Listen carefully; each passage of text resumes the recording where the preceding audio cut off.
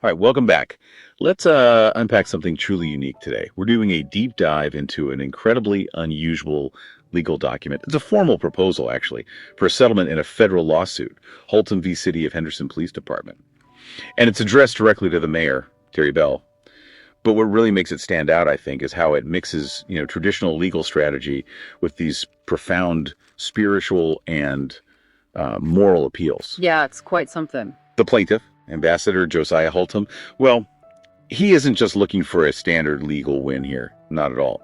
He's framing this whole situation as a, quote, critical juncture and even a prophetic moment for the city of Henderson itself. He sees it as a chance for redemption and transformation. And what's so interesting about that strategy, you see, is it really tries to elevate the whole conversation. It pushes it beyond the sort of narrow confines of just a lawsuit. It's not just about damages or, legal points. It's about setting up these really significant political and moral stakes. Makes it much harder for the city to just brush off. So that brings us to the why, right? Why this really unconventional approach? Well, the plaintiff is arguing that the issues here are systemic, deep-rooted, not just isolated incidents, and crucially, that the normal legal process is actually being, obstructed. Mm-hmm. And what's really compelling, I find, is how this echoes things we've heard before, but from, secular sources. Think back to the public testimony of the former Henderson police chief, Wilton Cleveland. This was back in 2018. Oh, right. I remember that. When he resigned, he spoke very plainly about a deeply ingrained good old boy mindset in the department, resistance to accountability. He even alleged officers had lied. And the most striking part, he flat out said the town's problems were so severe they needed a federal investigation. He even confirmed he'd spoken to the FBI about it. Wow. So you have this verifiable secular history that seems to, corroborate the plaintiff's more, let's say, spiritual diagnosis of these deep institutional problems. Okay, so building on that idea of obstruction, one thing the plaintiff keeps coming back to, really zeroes in on, is this demand. They want verification of the oaths of office for the CHPD personnel involved. City of Henderson Police Department, CHPD. Now you hear that and you think, okay, oaths of office, what does that really mean in this context? Why is it so central? Right, and it sounds maybe a bit technical, but it's legally fundamental. You see, the Tennessee Constitution, Article X, Section 1, it's very clear. It mandates that public officials have to take an oath before their actions actually have the force of law. Okay. Exactly. It's not just a ceremony, it's the actual prerequisite, the legal foundation for them to lawfully exercise state power. So the plaintiff's argument is straightforward. Any action taken without a verified oath is ultra vires. Ultra vires, meaning beyond lawful authority. And there's case law, like Norton v. Shelby County from way back in 1886. It established that an unconstitutional act confers no rights, it imposes no duties, it's essentially void. And what's frankly profoundly troubling here, and something you should really note, is the defendant's complete silence on this. They just haven't addressed this fundamental constitutional point. Complete silence. That's interesting. And beyond that silence, the plaintiff also highlights what they call bad faith engagement from the defendant's side. Like what?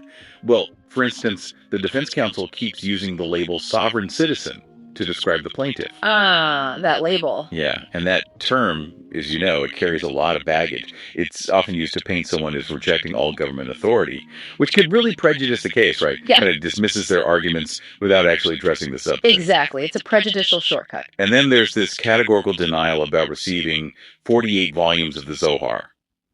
The plaintiff says this directly contradicts multiple previous court filings where receipt was acknowledged. Right. So either it's a, let's say, bad faith denial now, or just gross incompetence, maybe. Yeah. Keeping track of evidence. Could be.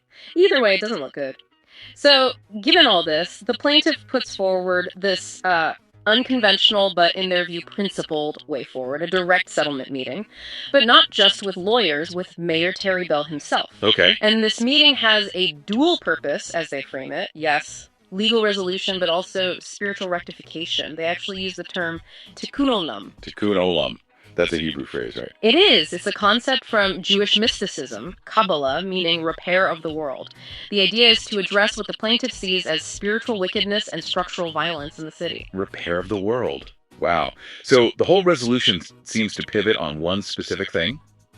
The city's public choice about those 48 volumes of the Zohar. That's the fulcrum, yes. The Zohar being a foundational text of Kabbalah. And the plaintiff explicitly says these aren't just books. They're described as force fields of blessing and protection. Powerful language. Definitely. So the city gets two paths, basically. Option A, the path of awe and reconciliation. This means the city formally accepts the Zohar, calling them seeds of Tikkun Olam. And that apparently opens the door to a normal settlement. Okay. But then there's option B, the path of rejection and revelation. If the city rejects and returns the Zohar, the plaintiff says they'll view that as, quote, eternal evidence of bad faith and sacrilege, which presumably they think strengthens their legal case considerably. A very stark choice presented there. And just quickly, on that sovereign citizen label we mentioned earlier, Yeah. it's really important to clarify the plaintiff's actual position, as they state it. They identify as an ordained clergy member. Right. And they ground their actions not in some rejection of law, but within a recognized body of ecclesiastical law, specifically Canon Law 287. This canon, they argue, actually compels clergy to foster the peace and harmony based on justice, and to intervene when the common good requires it. I see. So it's framed as a duty under a different but recognized legal framework. Precisely. It positions their actions as bound by a higher legal and moral code, not some arbitrary personal stance against authority. It's a crucial distinction. Okay, so wrapping this up, what it boils down to for the city of Henderson is this really profound choice. It's between, well, reconciliation, as the plaintiff presents it, or this very public act of rejecting the Zohar, which the plaintiff says carries major legal and spiritual consequences. It really does, and this deep dive, I think, just highlights how incredibly intertwined our legal system can become with, deeply held spiritual beliefs. It's fascinating, and maybe it leaves you, the listener, with something to think about.